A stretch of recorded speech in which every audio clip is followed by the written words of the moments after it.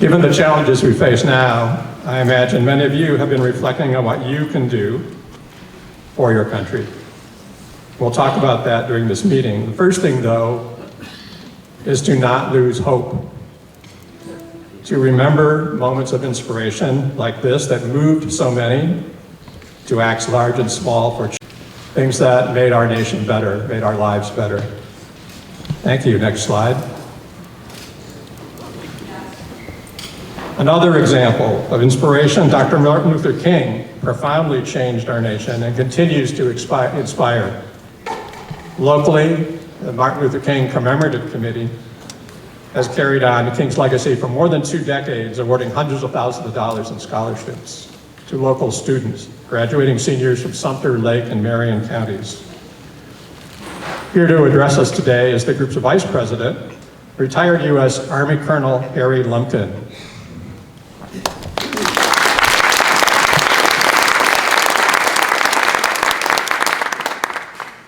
Thank you, Dennis. Let's see, is this on?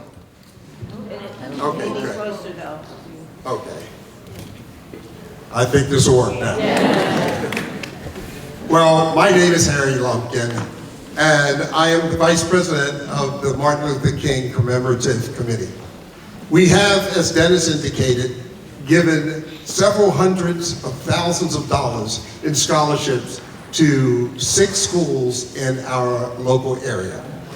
This year, we plan to give 15 scholarships, $4,000 each, to graduating seniors. And I have 2 purposes in mind here today. First, to say thank you for your past donations, and secondly, to ask you to consider contributing again this year. You know, our young people are the backbone of America tomorrow. And we are the ones who will set the standards and mentor them in their quest to exceed and to perform in an excellent manner. So many of us remember that we have achieved the many blessings that we have because someone else made a contribution to our lives. And oftentimes we don't know who they are. All we know is that we have had a new opportunity. And that's what we're seeking out today. One thing, as all of you know, our donations are from a 501c3 organization. If you'd like to make a donation to that, I'm sitting at a table in the middle of the room. Please feel free to stop by. In addition, we have a breakfast that's held here at the Savannah Center each year. We have about 400 to 600 people attending to say thank you and congratulations to our young scholarship recipients. This year, we are excited about the individuals that have been selected. And they will, in many instances, get a chance to address any of you who will have an opportunity to attend our breakfast on January the 11th here at the Savannah Center. And if you are interested in the tickets for the breakfast, they're $18 each. Let me know at the break, and I'll be happy to, in fact, sign you up and get tickets to you. Someone came in and said, well, who is this guy? Who is he? Well, I've been blessed, one, to be a villager, but more importantly, I've been blessed by so many people in my life to have an opportunity to serve our nation as a colonel in the Army, serving in 3 wars, and bringing home all the young people and husbands and family members under my command. God is so good. And he has blessed me in many ways. And when I came to the villages, my goal was to give back. To give back in some small way. I've had an opportunity to be president of the Baby Boomers Club, 600 members. I was president of the Vietnam Veterans, now the largest Vietnam Veterans organization in the country. I was president of the African American Club. I'm a member of the Rotary. I helped build the first opportunity of a USO in our airport here in Orlando. See, I'm all about service above self because others made that possible in my life. So I am asking you, if you're so inclined, to please contribute to our scholarship program. Dennis has allowed me an opportunity. I have a little magic box here to pass through the audience. And if you're so inclined, by all means, feel free to drop $1 or $2 in that box. I will share with you one quick story as I end. 2 years ago, at our breakfast, a seasoned member that attended, by seasoned I mean about 88 to 90 years old, came up to me and she said, "Colonel," she said, "I would like to help these young kids go to school. Do you mind if I make a donation? But I don't have a lot of money." And I said, "Ma'am, I would be honored to accept it on behalf of these young kids and our committee." She turned around, turned it back to me, reached down in her bosom, and pulled out a handkerchief. She untied the handkerchief. And she gave me her last 3 quarters. And she said, "I know this is not a lot, Colonel, but this is all I have. Education is so important to our young people. Would you accept this on behalf of me and all who could not afford to do this?" I looked at her, tears of pride were in her eyes. And I didn't want to tell her that strong combat veterans of 3 wars got choked up. I was so impressed that she understood the value of education and how important it is to our young people as we help them take the next step forward. So Dennis is allowing me to pass around a little box. If you're so inclined to put a little donation in the box, I appreciate it. If you desire to, we're a 501c3 organization. If you decide to make a larger donation, I have envelopes and a flyer so that you can make that donation, and we will make sure we get you a letter for the IRS as a thank you. I'm sitting right there in the center. Okay, and God bless you. Happy holiday to all of you, and let's make our kids feel special once again. Thank you so much.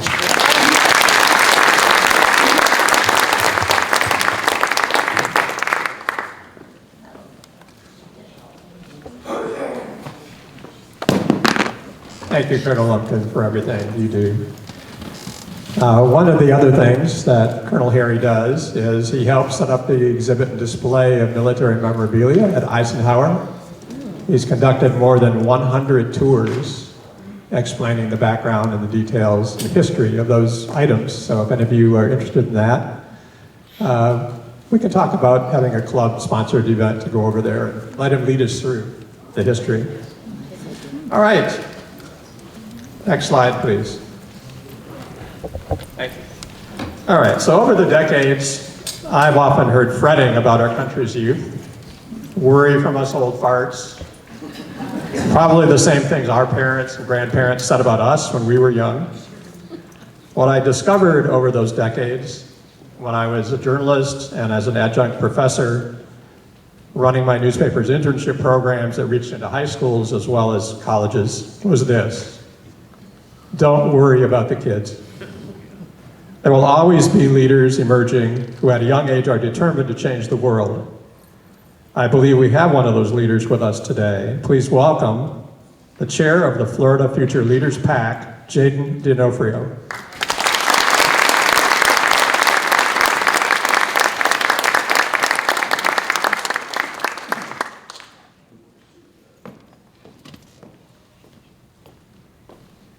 Hi, everyone. How's everyone doing today? Thank you for having me. Let me just first say, pretty sizable crowd. Pretty impressed, okay? Pretty impressed. I go to a lot of different Democratic DECs and clubs, and you guys are very involved, so I'd love to see it. Thank you, Dennis, for inviting me out and having me come here. Look, let's be very honest. The results of this election are really not what we wanted to see, right? I mean, not only here in Florida, but really across the country, okay?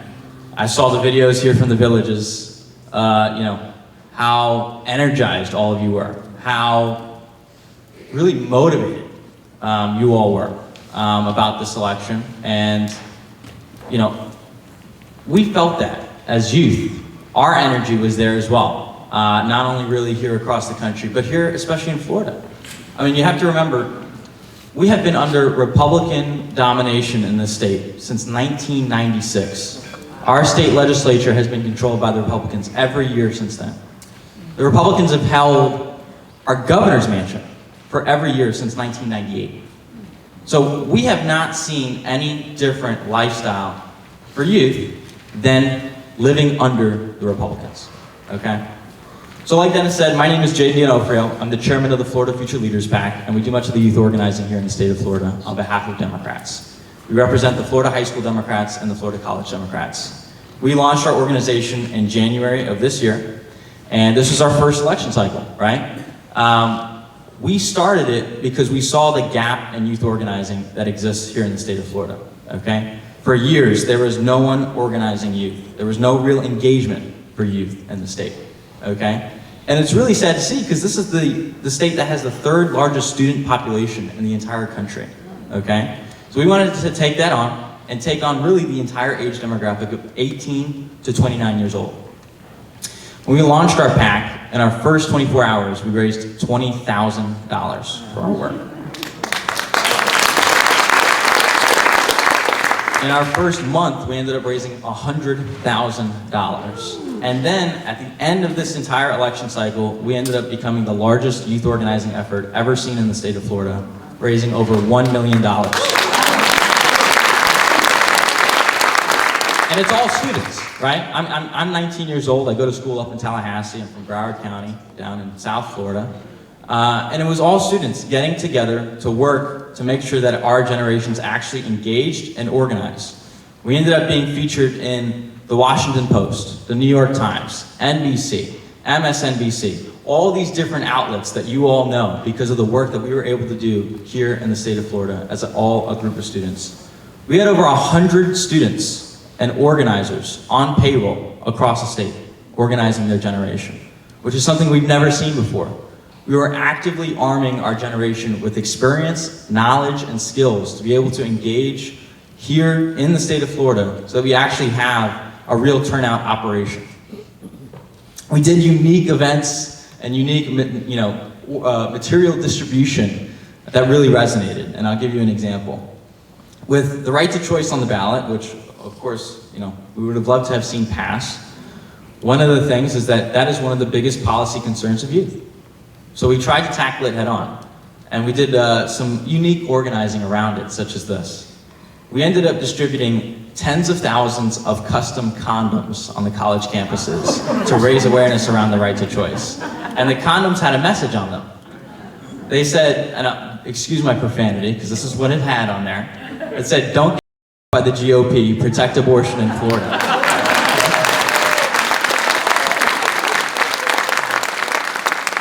So these sort of unique organizing ideas that were led by youth really resonated with youth because it was funny, right?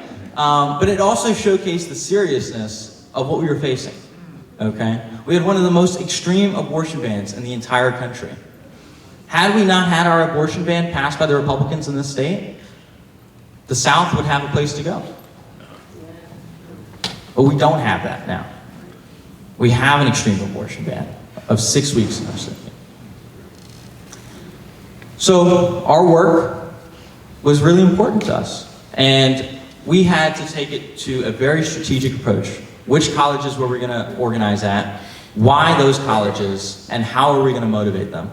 And we targeted 3 legislative districts, state legislative districts. One in Tallahassee, which was State Senate District 3, one in Orlando, which was State House District 37, and one in Palm Beach, State House District 91. Now, we didn't flip any of them. Let's get that out the way. We came within 500 votes of flipping the one in Orlando, though. Now, the state Democratic Party did not flip a single seat in the entire state. We went back 2 seats, okay? Well, we came within 500 votes of flipping one because of the youth turnout that we were able to create. But we couldn't combat the rightward trend our state took.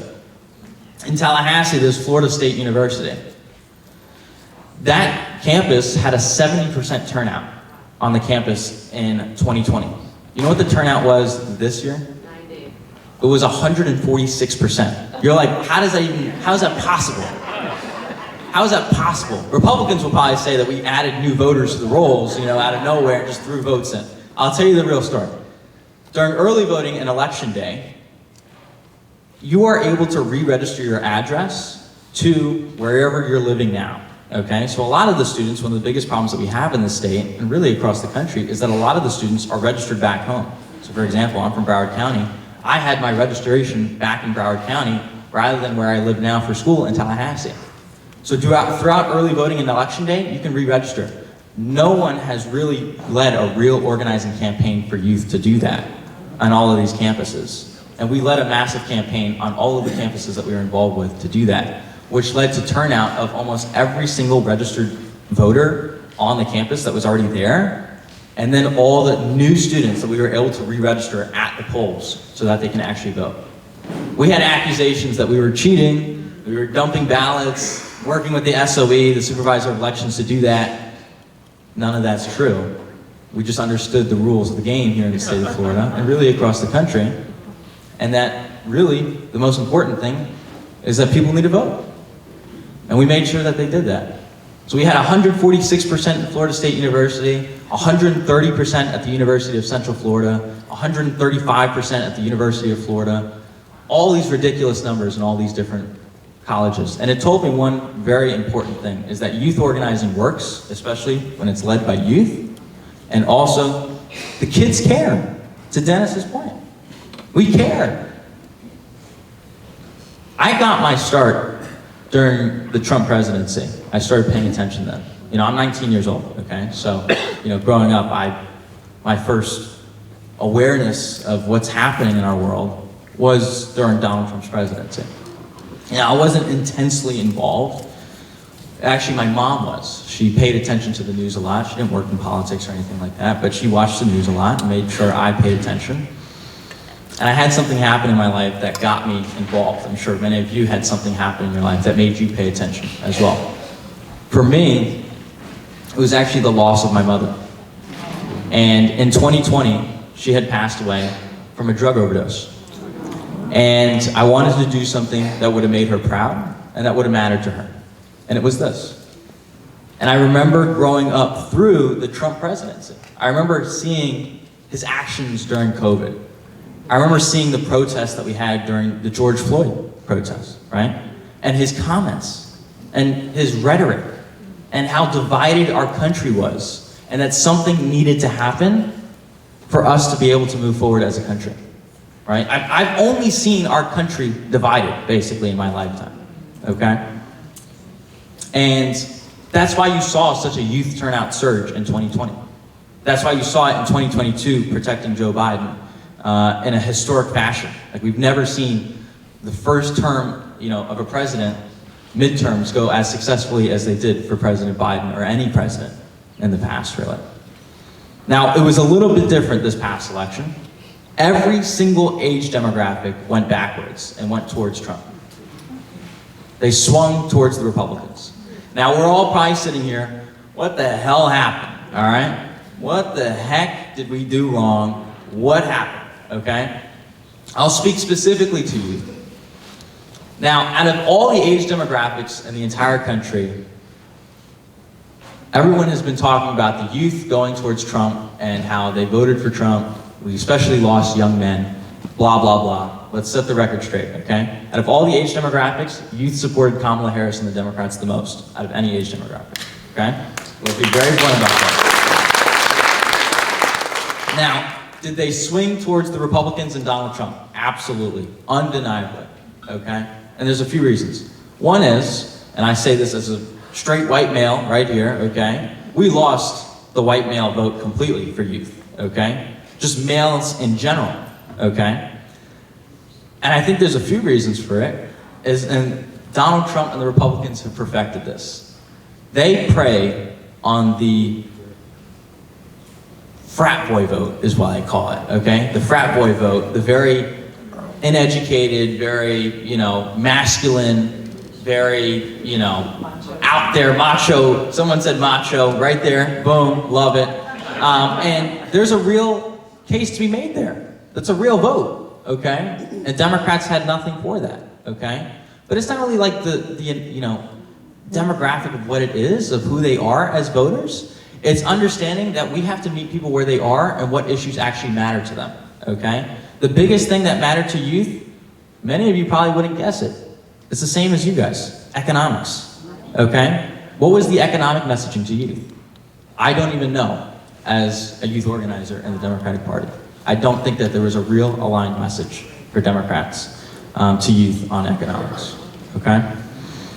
So moving forward, we have an opportunity, okay? And all of you are involved in this opportunity, and I'm gonna speak specifically to Florida now.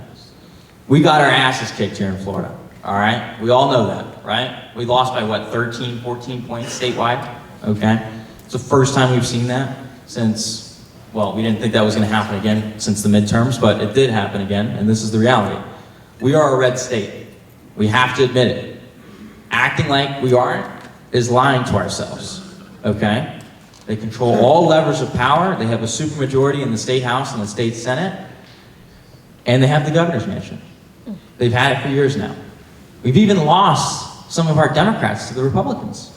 We had a state house rep flip from a Democrat to a Republican in the past week, creating the largest Republican supermajority we've ever seen in the state house. Now, I don't want to say all that to, worsen your hopes about our future, okay? Because obviously that's what it's doing. But we have to be honest with ourselves. And that's why I think the work that we're doing is so critical. My belief is really simple.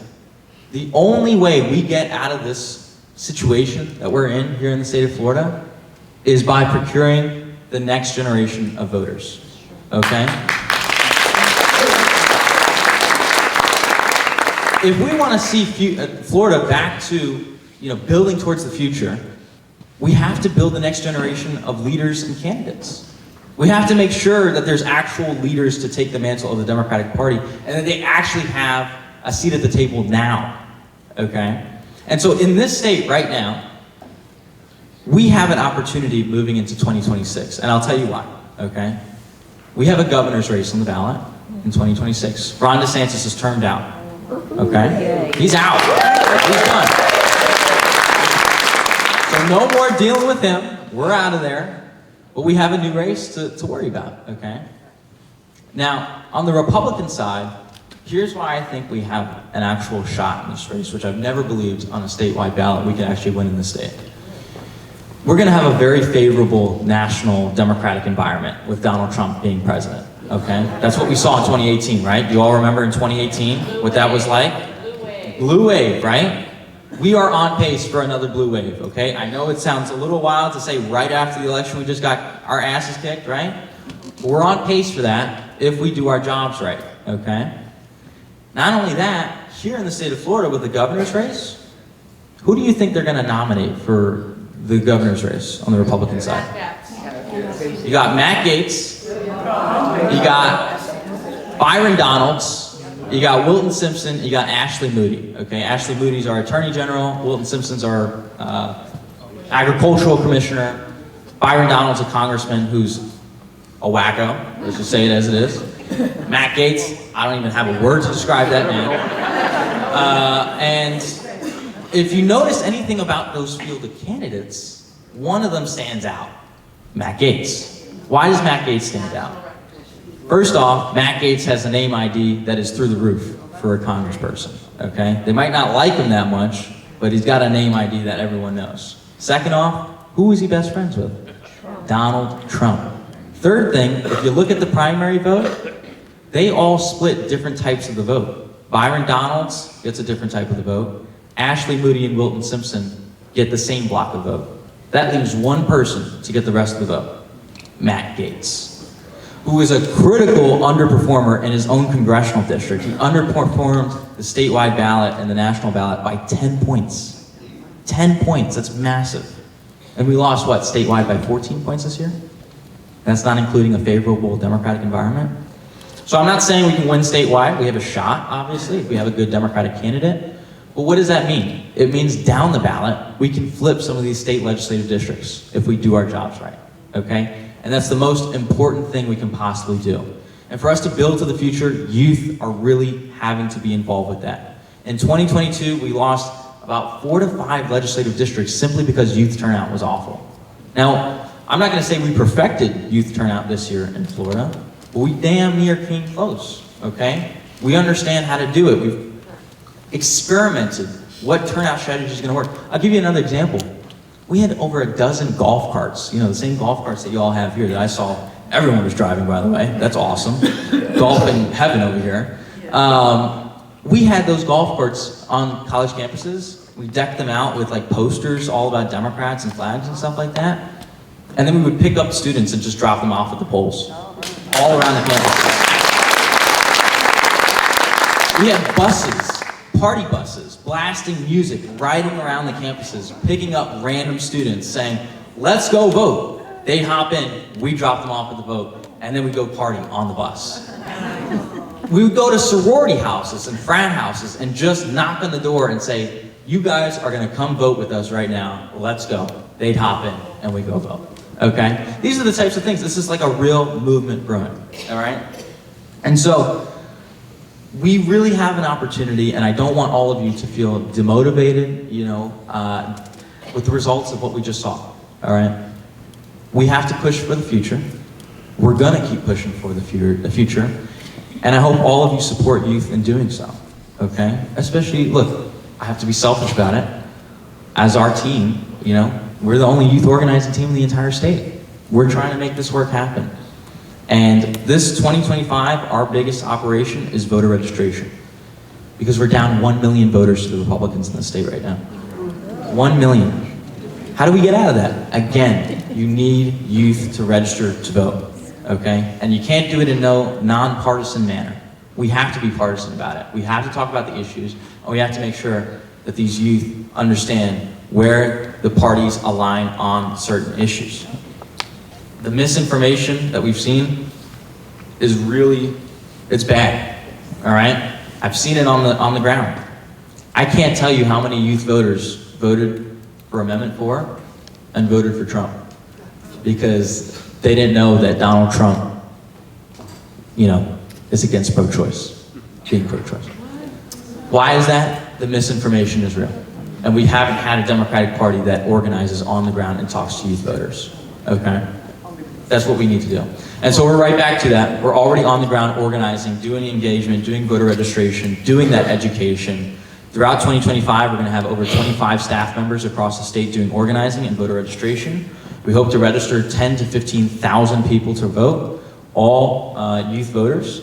On top of that, we want to raise the name ID of our potential Democratic candidates for governor, while attacking the reputation of Matt Gaetz and Byron Donalds, who are probably going to be the nominees for the Republican Party. And then also really targeting some of these critical House and state Senate districts that we can actually flip, and motivating people in them and building an actual infrastructure. And when it comes time for 2026, we want to not register 10,000 or 15,000, we want to register tens of thousands and get back to that number of 100 organizers across the state. In order to do that, in 2025, I need to raise $700,000. And in 2026, in order to run our turnout operation and our voter registration program that we want to run, I have to raise $1.8 million. It's a lot. 2.5 million altogether that I need to raise. It's a lot, okay? But this past election cycle, we showed we can do it. 3 million direct voter contacts, record-breaking turnout on a number of Florida colleges and universities, and 100 students or organizers that now have experience that can help the Democratic Party across the state. And that's what we're building towards. So I'm going to take any questions you have. I hope you all can support us. Every dollar here and there really goes a long way. Our website's www.floridafutureleaders.com. And this is what you are asking for. You want to build towards the future. You want to have youth involved and engaged with the Democratic Party. Support us when it comes time. All right? Can I take questions now? Thank you. Questions? Let's hear it. Right there. Do you have any representatives in the village's charter school? I know the kids are a little bit younger there, but I'm always worried that those kids are getting brainwashed with the Republican. Well, they are. Yeah, so question was, do we have any representatives in the village's charter club? And not that I know of right now, but the biggest thing is that in an off-cycle year, we're now able to build that infrastructure across the state and some of these schools that don't have representatives. So for example, in high schools, we build out what we call high school Democratic chapters. In colleges, we have college Democratic chapters. And all we need to be able to do is find a representative, build the chapter through them, and make them the president. And I look forward to doing that here in the villages. I wondered if you had any thoughts during this cycle of you wish the older population would, a different strategy or some way that we can be more impactful. Yeah, I could write a book on this, I'm sorry. All right, so the question was there anything that I'd like to see change from, in terms of strategy? I guess from the larger Democratic Party is what you're saying? A lot of things. I will say my top two. One is there's not nearly enough investment into youth organizing, just across the country generally, okay? Just the reality. Look, we turned out in record-breaking levels in 2018, 2020, and 2022, okay? Massive. We saved, really, Democrats in a number of these races in congressional and Senate races in 2018. And to be honest, we won Joe Biden the presidency in 2020 because of the youth turnout that we saw. 2022, the only reason the red wave didn't happen is because we once again had record-breaking turnout from youth voters. That's not just gonna happen if there's not investment into it, okay? And investment into it doesn't mean throwing money at a 40-year-old consultant that will just, think they know what they're doing. That's not what it is. It means letting youth lead youth. And specifically here in the state of Florida, our Florida Democratic Party made a lot of promises for youth organizing that didn't happen. Just straight up did not happen. Why do I know that? It's because I was the one personally promised those promises, okay? Whether it was having campus organizing directors or putting money into Instagram and Snapchat ads specifically to youth, or hiring a frat and sorority organizing director. These were all things that were promised and built in a plan with me that didn't happen. Now we can talk about why, whether it was they didn't have the money or they just didn't view us as important. The fact that it didn't happen at all shows a lot, okay? And that's really why our organization exists now, because the youth understood we weren't gonna get the resources that we wanted to get. We're gonna do it our damn selves. So that's the one of a lot of things I would say about that issue. Next question. Knowing how much social media influences our youth, what talking points do you have to redirect the youth who are looking at the social media and getting a lot of disinformation? How do we counter the social media disinformation? Well, we have to run our own social media campaign, first off. I mean, I don't think there's really... I will say Kamala Harris ran a great social media campaign to youth, as opposed to what I've seen in the past. Just be full honest about that on my front. But is it nearly enough? No. The first thing is, on our team, we ran ads to youth voters in the state, so 18 to 29 years old, on Instagram, Snapchat, Reddit, and TikTok, okay? Now, these are really youth-driven platforms, okay? But you have to understand the type of messaging that youth want to see. And so in order to understand what messaging they want to see, you have to understand what issues they care about. Number one is the economy, okay? That is the biggest thing for really any voter, right?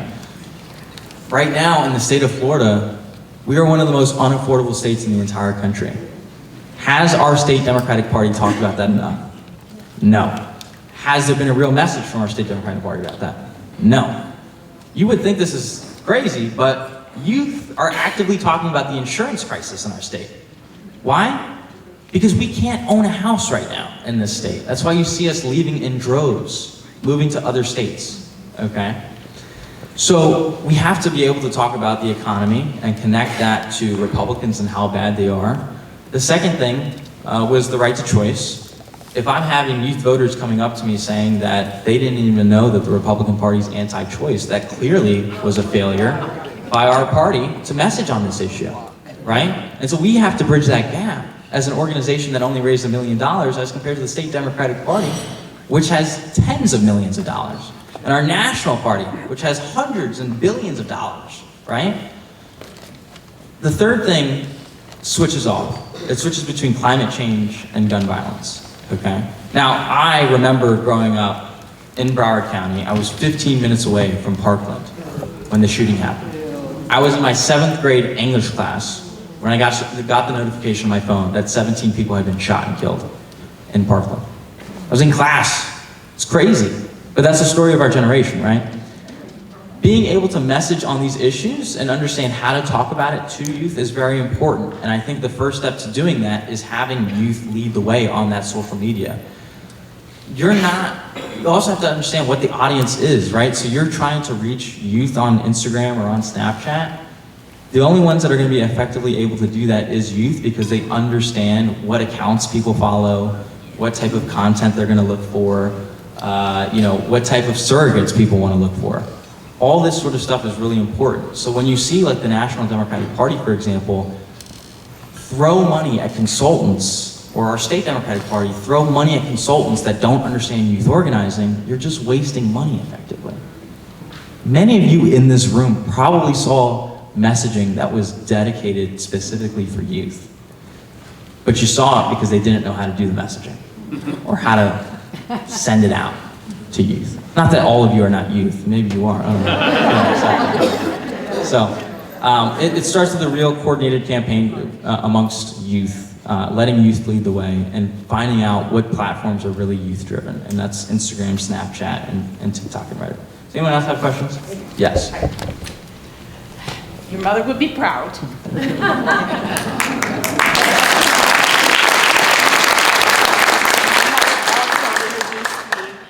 To elections in the Senate only, and she's still living, 92. Wow. A couple years ago, she introduced me. I never paid attention.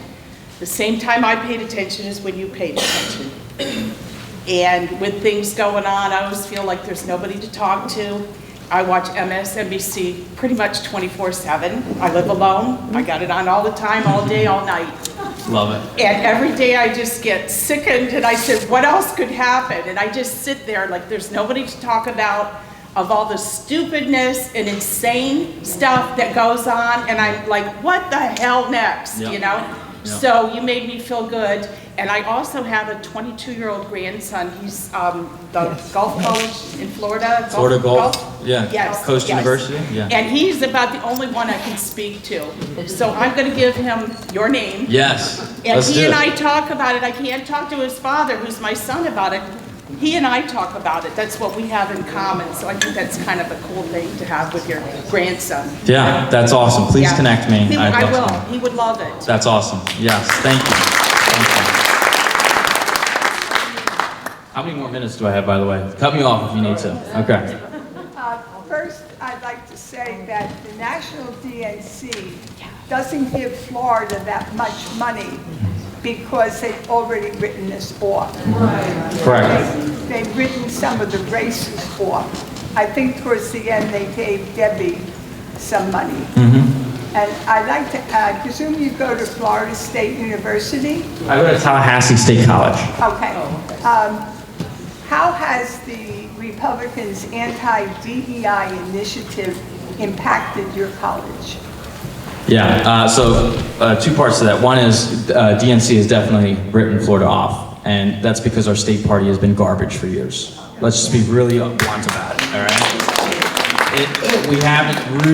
We haven't won any critical races. We haven't had a real strategy. And if we're gonna get the money that we need to get, we need to show why we're worthy of investment, okay? You're not gonna invest in a business if they don't have a business plan.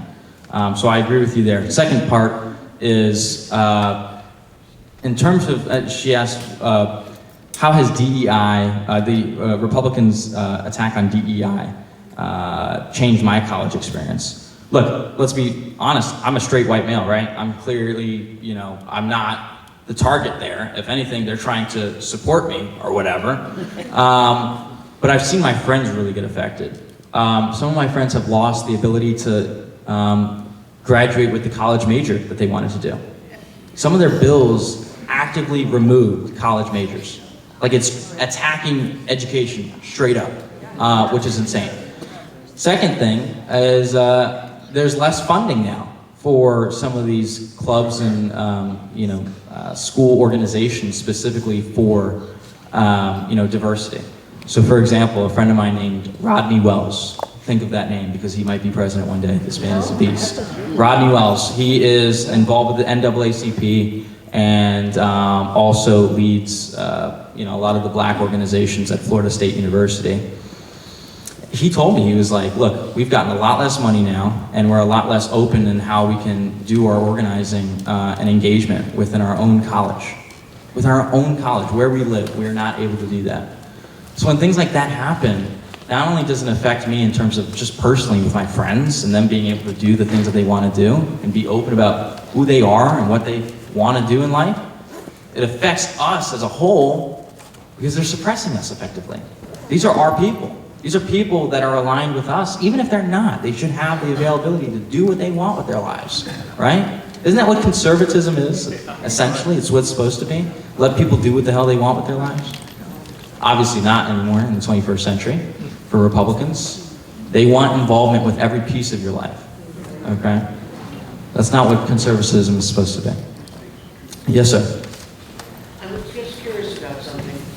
Many people in here whose audience and children under the 60s who remember the Vietnam protests. And I totally agree with your pragmatics.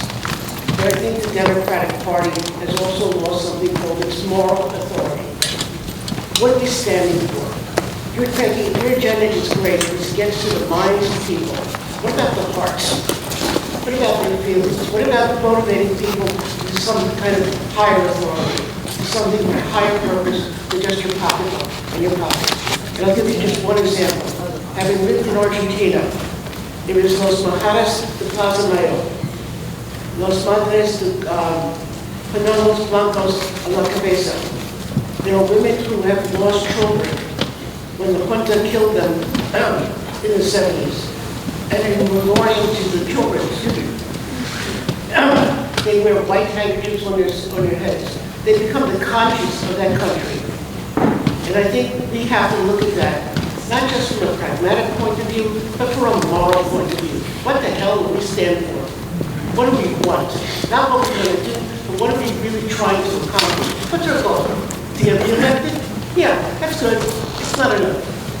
We have to stand for something that makes us different, because we are freaking Democrats, and we sure as hell will never be Republicans.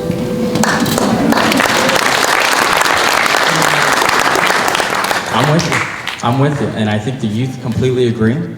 And I think we saw it in a number of elections leading up to now. And the only difference with this election was that the economic environment just wasn't there for youth. I mean, you can't tell people that the economy is great when they don't feel that, right? I think you look at the macro trends, it's great, right? You just can't tell people that. And you also can't tell people, look, as much as, and I say this as someone who loved Joe Biden. Joe Biden put us in a hard position. He put us in a hard position. And especially amongst youth, that's an even harder position, okay? Now, these next 4 years for Trump are gonna be hell, though. They're gonna be hell. Because I don't think youth were like, yeah, I'm all about Donald Trump, all right? Because we still voted for Democrats by a hefty margin. The largest margin of any age demographic, okay? And we know what it's like to grow up through Trump. We remember those days, okay? And we're gonna be reminded of them over these next 4 years. And to your point, we're gonna use that for energy, for determination, and to make sure that everyone understands how important this is. I just would like to add one thing. I think it's terribly important, critical, in dealing with young people, that you appeal to their pragmatics, yes, their pocketbooks, their sense of future and everything, but you also have to give them a sense of hope. You have to give them a sense of purpose, a sense that you're doing something not for just yourself, but you're doing something for everybody else. Yeah. And you're appealing to a higher authority. And if you lose that, you'll get the vote, but you will lose the future. Because you have to, when it comes to youth, you need to appeal to not just now, as you say, rightfully so, you have to appeal to the future. But the future has to be total. Yeah. It has to be complete. And it has to be not only realistic, it has to be spiritual. Yeah, I hear you. I hear you. Thank you. Appreciate it. One more. First of all, you're awesome, and I wanted to... You're awesome. I wanted to ask you what if, the Trump appeal to the frat boy, do you think this is a reaction towards, in our day when we had the women's lib movement? It's a lot of things. Okay, first off, the question was, and specifically to the frat boy vote and their appeal to Trump. How does that relate to, I guess, the women's movement in particular, right? Is it an anti-women's lib, Yeah, so from back then? in one word, yes. Seeing a woman as president is something unacceptable to people, some people. Okay? Genuinely, that is my answer for some of these people. Now, when you mix the woman with being a black woman, nonetheless, you lose even more, unfortunately. You lose support from people who otherwise, if it was a white person that was running, would have supported that person. Or if it was a male running, they would have supported that person. Which I think is the saddest thing about Kamala Harris, because I genuinely think Kamala Harris was a great candidate on so many levels.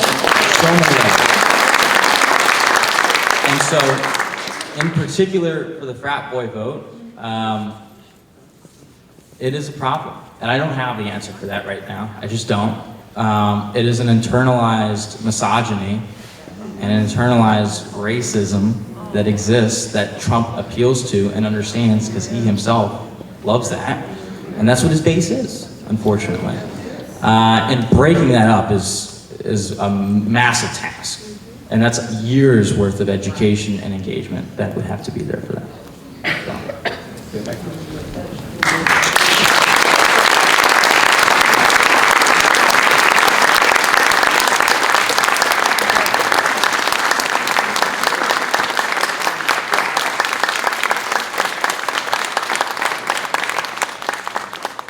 Thank you, Jayden. Jayden's going to stick around, so those of you who still had questions, please come up to him afterward, and he'll talk to you until he can't talk anymore. All right, thank you. Next slide, please. All right, so while leaders such as Jayden give us hope, Trump's choices for his cabinet, staff, and key advisors frighten the hell out of us. They are, as Robert Reich describes them in this slide, a Star Wars cantina. Comedian Stephen Colbert routinely says it's like someone deliberately chose people who want to destroy whatever they would be in charge of. Next slide, please. And that would have to include Floridians. So while Matt Gaetz went down in flames as AG, Trump picked someone who arguably is even worse, Pam Bondi. The only thing of a little comfort is it appears that the wholly unqualified Pete Hegseth will become the Secretary of Defense and Ron DeSantis won't. But what that leaves us is 2 more years of Ron DeSantis.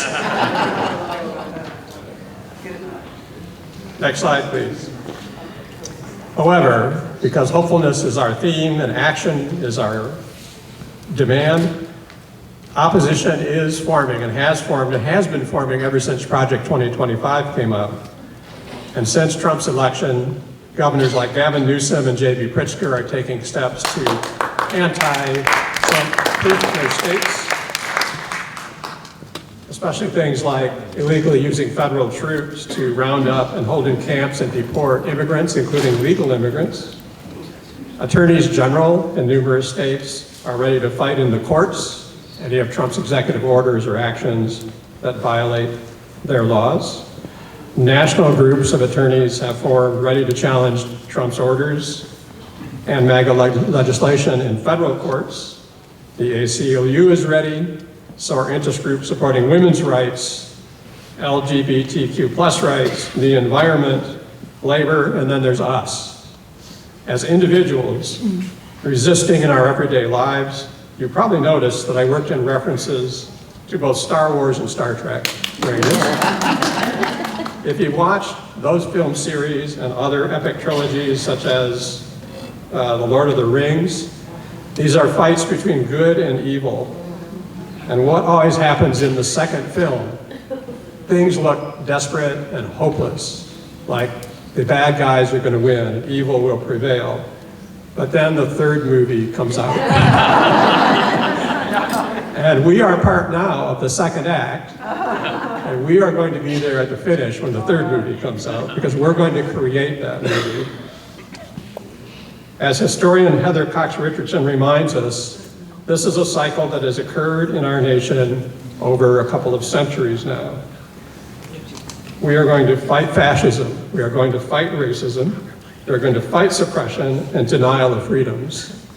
People have always come forward to do that in these times of peril, and eventually good will win out.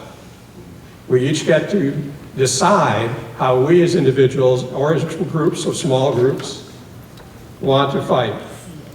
Here are some specific causes important to us that I'm sure will be no surprise to you. Next slide, please. Republicans have been trying to strangle this program since it began in 1935. Billionaires like Elon Musk and Vivek Ramaswamy do not care that Social Security helps keep 26 million people above the poverty line and millions more living somewhat comfortably in their retirement. They just do not care. We need to contact every person elected to Congress to tell them to leave this program the hell alone. It should, in fact, as our friend Bowser Baumann has said, it should be expanded, and can be by scrapping the ridiculously low cap of $168,000. Elon Musk, by the way, met his Social Security contribution requirements 14 seconds into the new year. When we were working, I'm sure you'll recall, most of us, I suspect, paid every paycheck for the entire year just to cover our contribution to Social Security. Next slide, please. Documentarian Michael Moore ran this chart in a recent column. What Trump and Project 2025 proposed would make things worse. And you'll see United Healthcare is at the bottom, which is my healthcare plan. We've had no issues so far, but they have the highest rejection rate of claims of any company by far, and double the national average for rejecting claims. And we already know that Elon and friends want to cut Medicare as much as they possibly can. And for other working families, they want to get rid of the ACA. And in Florida, they want to get rid of Medicaid. So they're after everything that holds people up and allows them to try to live. Next slide, please. Right. Here's something you will not see next January 6th, which you did see 4 years ago on January 6th. You will not see Democrats sending an angry armed mob to the Capitol to stop certification of the Electoral College, confirming the successor. This was the breaking point for me in trying to understand and deal with Republicans, that the way I was raised, I suspect you were raised, to revere the institutions and revere the government that we had of democracy and what it offered us and provided for us. And the idea that someone would try to overthrow the government and overthrow the election results on a lie and do it violently in the halls of Congress is the most shocking thing I've seen in a lifetime of shocking things. I mean, we've lived through the assassinations of so many people: Robert Kennedy, John Kennedy, Martin Luther King, terrible trauma of the Vietnam War, 9/11. These things are fresh in our memories because they were attacks on our system of government and our democracy. They were attacks on all of us. That is what we are facing again. So we need to do things about that.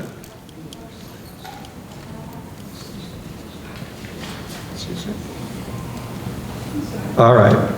Now, you're probably thinking from the 60s, wow, man, that's a lot of heavy stuff, dude.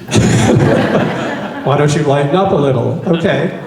I'm trusting that your New Year's resolutions will be to take some actions, and we will try to help with ideas, but it's actually each individual among you that has to do things. And just watch the newsletter and watch things that come out. If you see opportunities to jump in, jump in. And hopefully there'll be some public demonstrations we can get involved in as well. So let's go to the next slide. Okay. So this is the time of year when we typically give thanks for what we have, gather as families, celebrate one another. So on behalf of the club, I want to call out the names of many volunteers who make sure things go well, including these monthly meetings. I'm going to try to do something that never works. Please hold your applause till the end. It's like asking someone to turn off their cell phone, right, at the beginning of the meeting. It never works. I'm going to try it anyway. Just hold on, because I got a lot of names to get through. And then I expect thunderous applause. Clapping, cheering, whatever.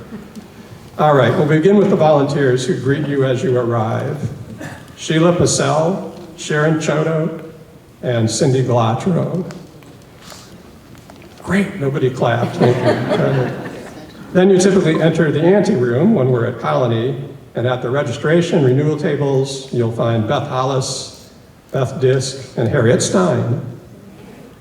Moving about the room, you might drop food pantry donations at the table of Billy Penix, then buy 50-50 raffle tickets from Mary Ferguson, Linda Ballou, and Lynn Cook. Somebody tried to clap there. Well, restrain yourself. Sylvia and Louis Bassmer will cheerfully take your donations for club polos and t-shirts.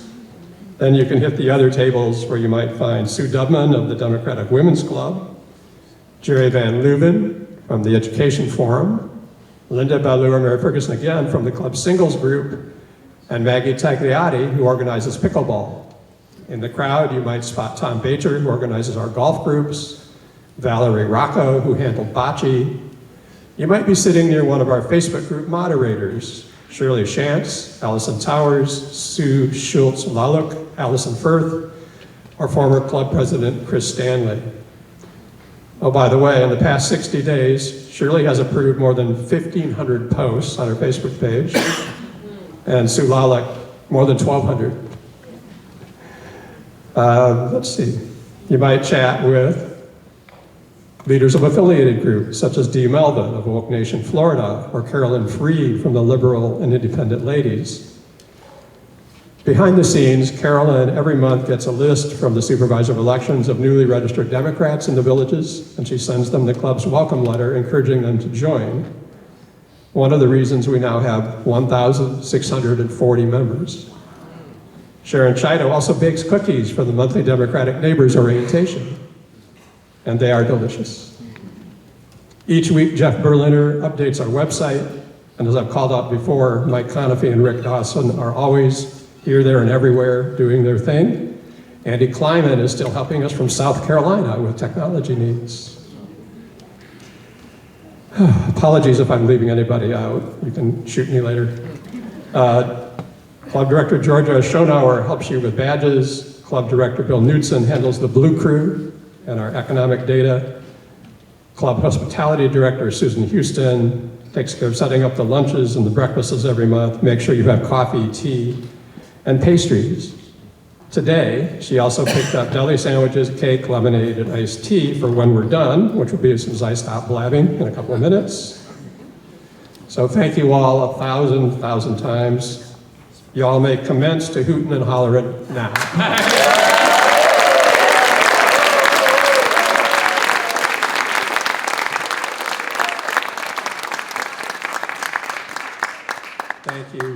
everybody. Thank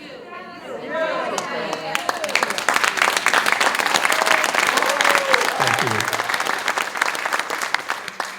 And now I got the happy duty for the next to last slide, please.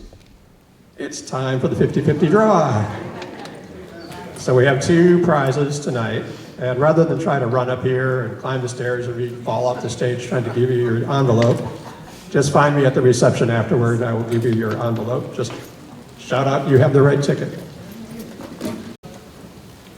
560-3780. 3780. All right. Congratulations. Just a reminder that half of the 50-50 proceeds go to the local food pantries we support, as do all the goods and donations at the food table in the back. So for the entire year, we've raised thousands of dollars and sent hundreds of pounds of food to these food banks. And while they can always use more, at least we're making a contribution that's helpful to folks in our communities. So thank you for that. Last slide, please. So please stay for this brief holiday reception set up in the back. Thank you, everyone. Have a great holiday.